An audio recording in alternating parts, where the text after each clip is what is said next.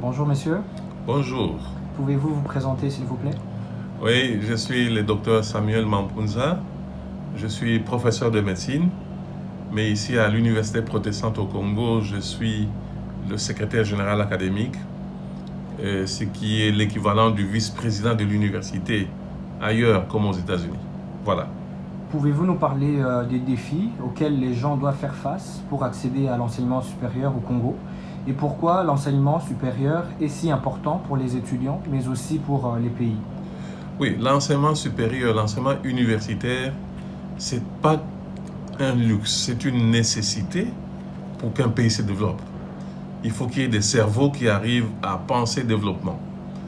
Bien sûr que développement dans tous les domaines de la vie. Et c'est donc capital l'enseignement supérieur universitaire. Maintenant au Congo, c'est un défi, c'est pratiquement un luxe parce que l'enseignement supérieur, l'enseignement universitaire a son coût. Or, la population congolaise est très pauvre. Imaginez-vous que selon la Banque mondiale, 75% des Congolais vivent avec moins d'1 dollar américain par jour. Et si pour vivre, ils ont cela, combien coûtent des études universitaires? Et c'est ici où, Dieu merci, ce que nous savons retenir à l'université protestante chrétienne sont soutenus par des partenaires. Et c'est ici où nos partenaires américains, notamment des églises presbytériennes, ont toujours joué un rôle majeur parce que non pas seulement que l'église presbytérienne avec 4 autres, les baptistes, les méthodistes, les disciples, et sont parmi les fondateurs de cette église, de cette université depuis 59, mais ils continuent à soutenir ceux des bons étudiants, mais qui ne savent pas payer. Un grand merci pour cela. Pouvez-vous nous donner quelques détails sur les défis auxquels sont confrontées les universités de la RDC et l'université protestante au Congo en particulier?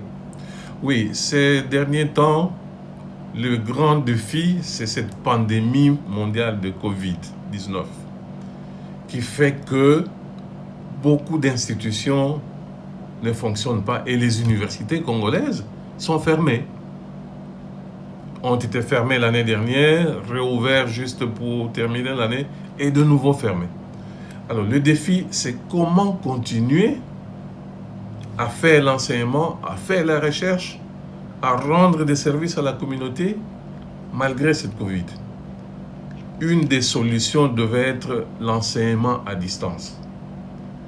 Mais ceci suppose que les enseignants sont entraînés pour cela, que les étudiants ont soit les laptops ou les téléphones Android pour cela, et que nous avons à l'université une connexion Internet qui permette cela.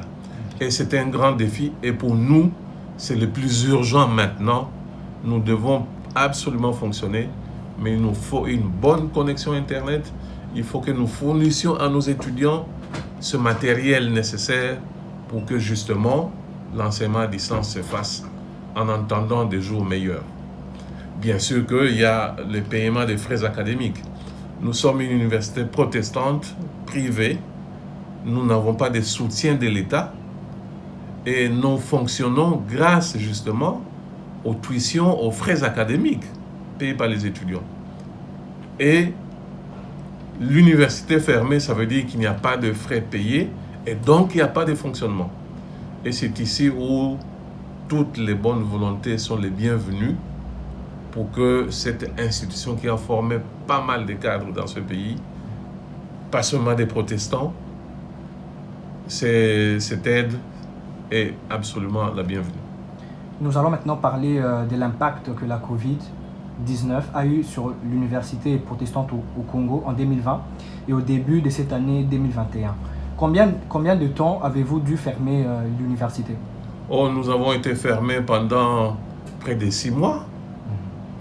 Et donc, l'année académique, au lieu de se terminer au mois d'août, nous avons dû terminer au mois de décembre. Donc, un grand retard. Bien sûr que c'est le fonctionnement de l'université a été perturbé simplement parce que les grands partenaires que sont nos seuls étudiants n'ont pas été capables d'être à la hauteur de leurs devoirs. D'autres défis, sont les travaux pratiques, notamment les stages pour les médecins finalistes qui vont dans des hôpitaux du milieu rural. À Chikaji, un hôpital des presbytériens, ça c'est à Kananga au centre du pays, à Vanga, un hôpital baptiste à Ime Kimpese. Et ces étudiants, dans ce contexte de Covid, ont dû aussi travailler de manière ralentie, ont même dû arrêter. C'est maintenant qu'ils sont en train de reprendre. Et la supervision, parce qu'il y a des professeurs qui partent régulièrement superviser leur travail, cette supervision a posé aussi problème parce que les déplacements étaient un problème. Donc cette Covid-19 est vraiment un défi, mais nous n'avons pas de choix. Nous devons fonctionner en recourant, comme je le disais tantôt, à des moyens modernes comme cet enseignement à distance, l'Internet, etc. Était-il nécessaire de réorganiser les plans de cours et comment avez-vous procédé? Ah oui, nous avons dû retravailler le calendrier académique. Ça, c'est sûr. Et nous avons dû demander aux enseignants de reprogrammer leurs enseignements parce que tout était décalé. Même les examens, les interrogations, tout a été décalé. Donc, cette Covid nous a perturbés à tout point de vue. Et Dieu merci, au moment où nous étions en train de reprendre, de nouveau fermés. Et nous voilà encore devant ce même défi. Pouvez-vous nous donner quelques détails sur la nécessité qui s'est faite pour l'université de basculer vers un certain niveau d'apprentissage en ligne? Oui, nous avons parmi nos jeunes enseignants de l'université, Dieu merci, ceux qui ont été formés dans des pays comme les États-Unis, l'Angleterre, l'exemple du professeur Bachi en Belgique, qui ont l'habitude de cet enseignement à distance. Donc c'est eux le noyau dur, notre moteur, qui contamine les autres, qui servent à entraîner les autres, justement pour que nous puissions fonctionner. Non pas seulement qu'ils forment les étudiants, mais ils forment leurs collègues. Et grâce à cela, beaucoup d'enseignements peuvent se faire en entendant de retrouver l'enseignement classique traditionnel. Comment les étudiants accèdent-ils à cet apprentissage en ligne fourni par l'université? Mais il n'y a pas de choix. Les étudiants sont excités pour cette nouvelle technologie. Malheureusement, ça demande des efforts. Parce que certains parmi eux n'ont même pas de téléphone Android. Donc il faut que l'université cherche à les aider à leur fournir cela. Beaucoup n'ont pas de laptop. Et donc, ce sont ces défis. Et l'accès à l'Internet suppose qu'il faut payer. Alors, l'université est en négociation avec les sociétés de télécommunications. Nous avons obtenu des prix de faveur. Et c'est donc grâce à cela que nous pensons continuer. Quel a été l'impact financier de la Covid-19 sur l'université protestante au Congo? Eh bien, le budget, pour parler du budget annuel de l'université, a été amputé presque du tiers. Et donc, le fonctionnement est perturbé.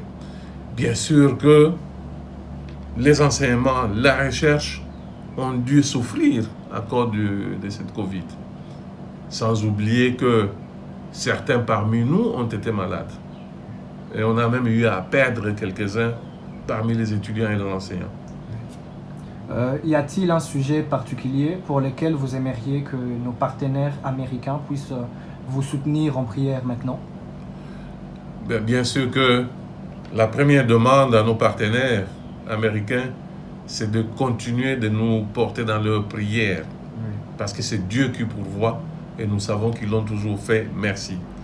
Deuxième demande, c'est de continuer à supporter nos étudiants qui sont capables mais qui ne savent pas. C'est comme ça qu'ils nous accordent des bourses d'études pour les plus jeunes, les plus compétents. Troisième demande, bien entendu, c'est de nous aider dans cette nouvelle forme d'enseignement à distance. Connexion Internet et acquisition de matériel, de laptops, des téléphones Android, même d'occasion. Avec cela, nous pensons qu'ils nous auront poussés comme ils en ont l'habitude. Merci beaucoup de nous avoir accordé de votre temps. Merci. C'est moi qui vous remercie. Merci. Oui.